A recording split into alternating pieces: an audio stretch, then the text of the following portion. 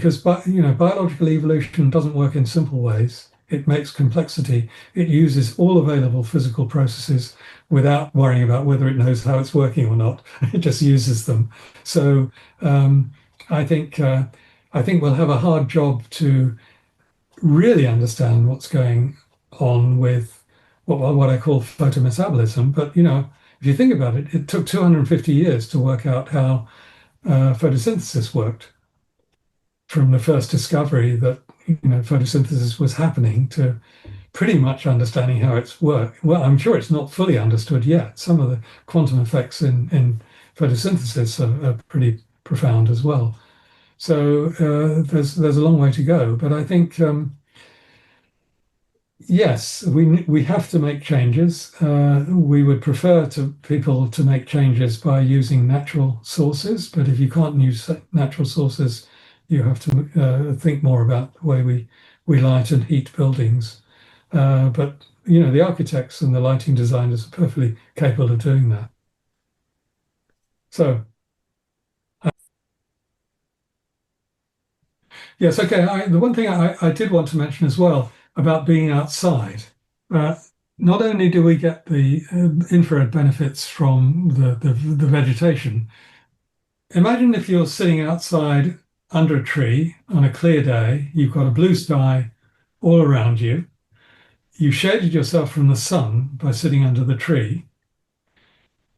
Your body is exposed to a huge solid angle of blue sky all around you. Now, think about that blue sky. If you ever pointed one of these radiative thermometers at the blue sky on a clear day, you'll find it will read about -40, -50 centigrade. But the sky is very, very cold. A clear sky is very, very cold. I mean, outer space is -270 degrees centigrade, but the blue sky is also very cold, depending on the amount of water vapor it has. If I'm sitting in this room, the wall around me is 25 degrees centigrade. My body is at 37 degrees centigrade. So I'm operating a heat engine with a temperature gradient between 27 and 25 between 37 and 25 degrees, which is not very much. Yeah. So I can only produce about 5% of the energy that I eat. I can only use about 5% of that for useful energy. If I was sitting under a blue sky outside, I would be able to use more than twice that amount of my food for useful energy, because I would be able to radiate my excess heat and entropy to a very cold surface. So in this sense, the body is like a heat engine. I have a heat engine on my desk here. You can just see it going. That's working on a temperature difference of 4 degrees centigrade.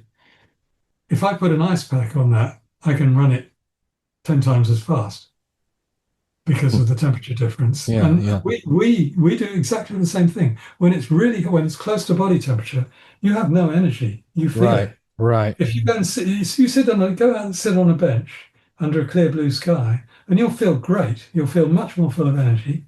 And this is just the second law of thermodynamics. Yeah, you can get rid of that heat faster. Yeah.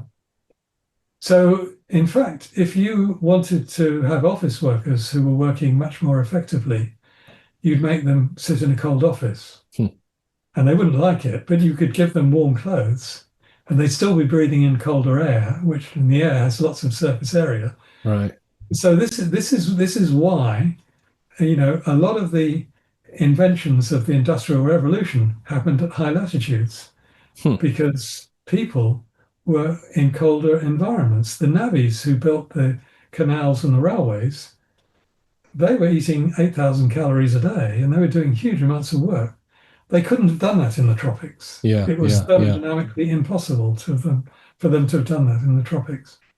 So that's the point I want to make. There is a thermodynamic aspect to this, and there are heat engines in our bodies associated with both temperature, kinetic temperature, the temperature you measure with a thermometer, and with radiative temperature. The sun is at 6,000 roughly. Outer space is at -270. And we are working between the sun and outer space. So we're subject to this much bigger temperature gradient between the radiation coming from the sun and the radiation going out into outer space.